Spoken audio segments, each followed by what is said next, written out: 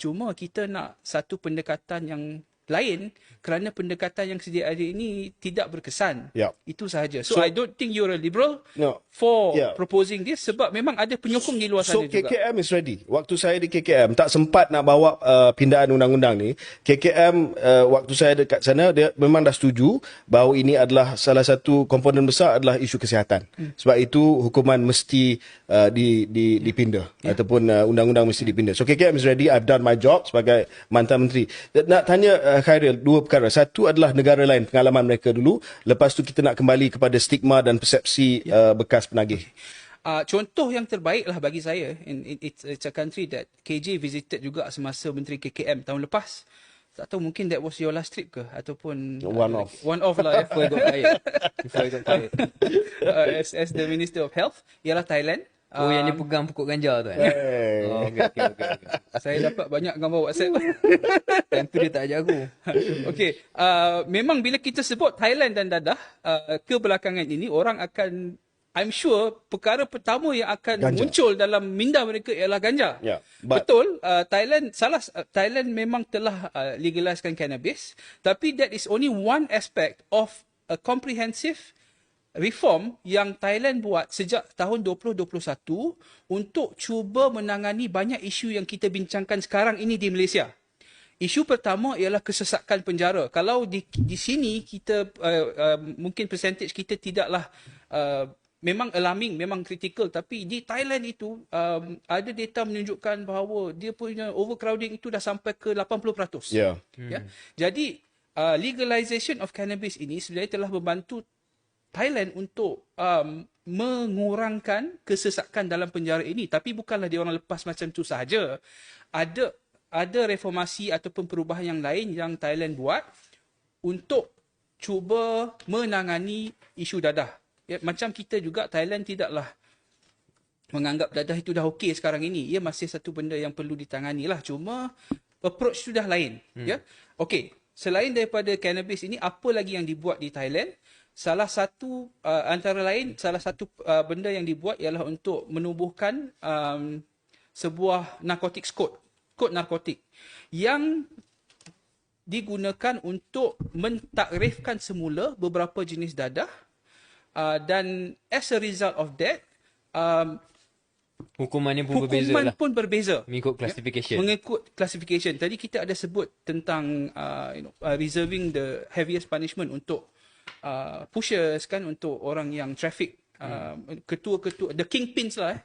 Dan di Thailand memang one of the things that they did memang itulah, hukuman yang paling berat dia reserve untuk di Malaysia ketua. Mungkin untuk pendengar Khairil kalau boleh share, what is the classification right now? Dari segi jenis dadah, adakah kita anggap ganja itu sama dengan heroin misalnya? Klasifikasi kita ini memang it's very elaborate lah. Memang susah untuk nak cuba nak huraikan di sini. Kita boleh tengok pada kita punya DDA lah, Dangerous Drugs Act. Tapi saya boleh bagi contoh lah ya. Kalau heroin 15 gram ke atas, itu memang liable to mandatory death. Betul. Kalau anything lower tu ada hukuman lain lah. Kalau morfin pun sama 15. Kalau cannabis 200 gram. Dan lain-lain lah. Memang the schedule is quite long lah. Jadi komprehensif dari dia memang komprehensif. Ada exception. Salah satu exception dia ialah kalau dadah berbahaya tersebut it's issued by seorang yang ada authority. Menteri Kesihatan dan juga Menteri Kesihatan saya dulu boleh bagi pengecualian untuk tujuan penyelidikan. Boleh bagi pengecualian macam KDN dengan ROS. Anyway, kita nak pergi kepada mungkinlah segmen ya. Okey, kalau saya seorang penagih dan undang-undang berjaya dipinda dan saya tidak dihukum, saya tidak ada rekod jenayah, saya melalui satu sistem pemulihan dengan KKM yang dikawal selia oleh PDRM dan AADK juga, sebab ya masih lagi isu keselamatan, dan saya kembali ke masyarakat melalui dapatan center ni menunjukkan bahawa orang yang ketagih terhadap dadah terkawal patut mendapat simpati masyarakat tak sampai 60%. Maknanya 40% lebih masih lagi pandang serong terhadap mereka bila mereka keluar daripada pemulihan nanti. So macam mana dia nak pulih? Dah lah dia terpaksa melalui pemulihan. Dia keluar, dia dah selesai pemulihan dan dia balik kepada masyarakat setempat. Tapi dipandang serong. Bukankah benda itu akan menyumbang kepada putaran ganas, vicious cycle semula? Jadi ini salah satu perkara yang memang kita we have to think of something. Kita kena fikir bagaimana kita nak bendung stigma masyarakat ini. Tapi saya pun tak nak overemphasize juga sebab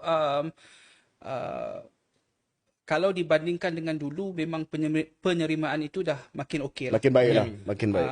Macam penerimaan bahawa dadah ini adalah isu kesihatan. That's a very positive development. Maybe 10 tahun dulu tak macam tu Betul. jawapannya. Jadi ini boleh jadi pemangkin kepada perubahan minda yang tapi ini kena dibuat secara menyeluruh lah. Dan ia kena datang daripada pihak kerajaan. Dan tadi Syaril ada sebut ya macam when we were growing up dadah ini memang dia najis ya, kadang-kadang kalau dadah tu najis, bila kita tengok laporan berita orang ditangkap itu dipanggil pula tahi dadah ya kan. Jadi salah satu recommendation lah yang kita bagi dari The Centre ini ialah pemesejan messaging perlulah lain. Kita kena dipart daripada model yang kita selalu hanya tekankan aspek jenayah dan kadang-kadang berita pun suka tekankan aspek sensasi. Terutama sekali bila ada raid lah dekat kelab ke apa kan. Jadi kita nak, kalau boleh kita nak move kepada kita nak beralih kepada satu pendekatan yang menggunakan bahasa ataupun language yang destigmatizing. Sangat penting.